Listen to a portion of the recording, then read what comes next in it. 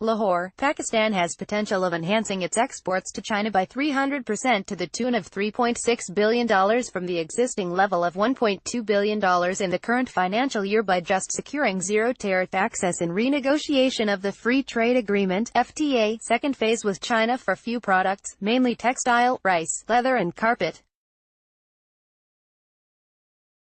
Read more. Khashoggi corpse went down the drains. Turkish report. Industry experts pointed out multiple flaws in the existing bilateral trade accord, signed a decade ago, that skewed benefits mostly in favor of China.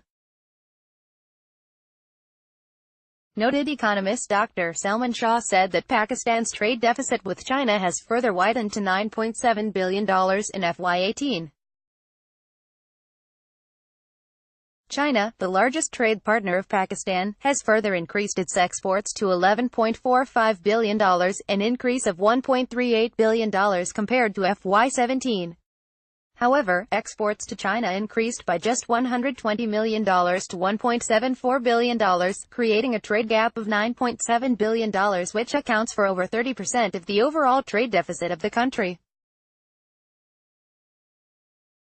AARC Chamber of Commerce and Industry Senior Vice President Ifat Karmalik observed that following the FTA, Pakistan's trade deficit with China markedly widened, surging from $2.9 billion in 2006-07 to $12.7 billion in 2016-17 out of Pakistan's total exports of $22 billion.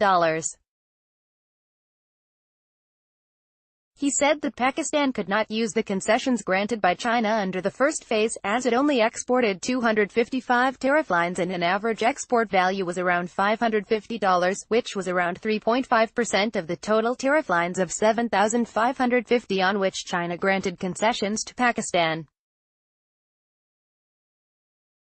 Read more. Trump under fire after canceling World War I cemetery visit. Ifat Karmalik observed that China's demand for agricultural products is now increasing, as its imports witnessed massive growth, with wheat import increasing by 67.3%, soybeans by 20% and beef by 14%. He said that exports of fruits can get a boost as thousands of tons of fruits can be exported to China. The UBG chairman said that China is the world's largest importer of agricultural products and we have to grab our due share through the revisit of FTA between two countries, which is mandatory for us. Another noted financial analyst, Suhail Ahmed, said that among overall exports to China, cotton, while other top commodities are cereals, leather, fisheries, fruits, construction and allied material and minerals. Rice Exporters Association of Pakistan (REAP) Senior Vice Chairman Ali Hussain Ashkar observed that rice export to China is on decline due to tariff barrier. However, it will give a big boost if Pakistan can also get duty-free benefit in free trade agreement like ASEAN countries. He requested the new government of PTI to take up this matter with Chinese authorities. Read more. Mogadishu bombings death toll jumps to over 40. He said that Pakistan is one of best basmati and iri rice producer in the world, and being a neighbor country, China can import rice at cheap rates. Ali Hussain said that Pakistani rice exporters are putting their untiring efforts towards the growth of Pakistan's economy and looking new markets to enhance the rice exports to cross $2 billion by end of this fiscal year. He said that Pakistani rice exporters are updating their rice mills to meet the required standards of China and other countries to increase rice exports in general.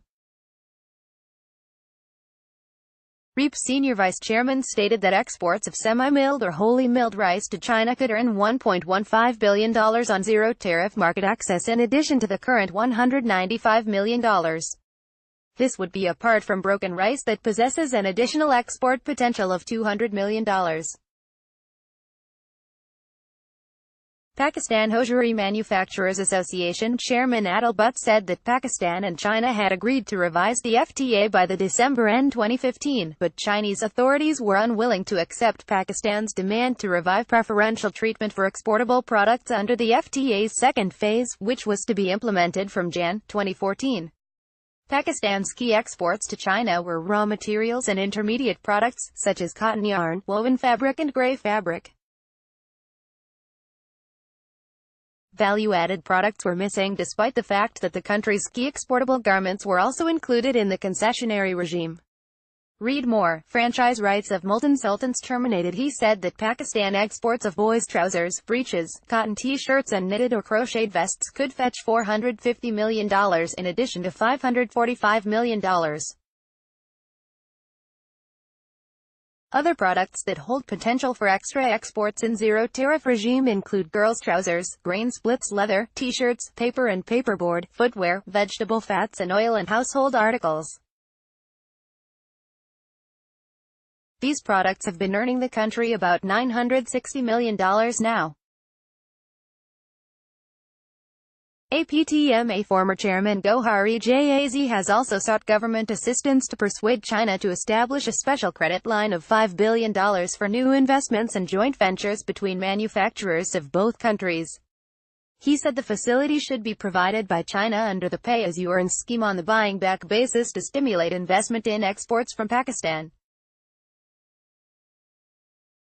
He said that the Chinese local textiles and clothing market is projected to be worth $500 billion and Pakistani textile export constitutes a meager 3% of their textile and clothing imports of $268 billion, indicating there is a huge opportunity there. Read more. Another killed for honor. Pakistan Tanners Association Chairman August Sedane observed that Pakistan is not benefiting from free trade agreement with China, as the leather industry is still paying around 9% import duty on its export goods to China owing to non-implementation of zero duty under FTA regime. With a view to enhance bilateral trade, Pakistan and China, around 11 years back, had signed an FTA under which both the countries decided to facilitate each other's exporters, exempting duty on their export.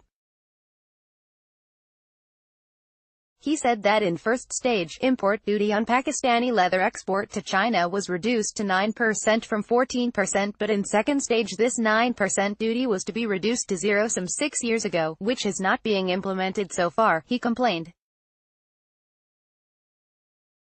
Pakistan Poultry Association former chairman and LCCI former president Abdul Basit said that free trade agreements signed with Malaysia as well as China, without taking the real stakeholders on board, are damaging local poultry industry, as the imports of processed chicken products under FTA with Malaysia are subject to 0% import duty and from China at 16% import duty.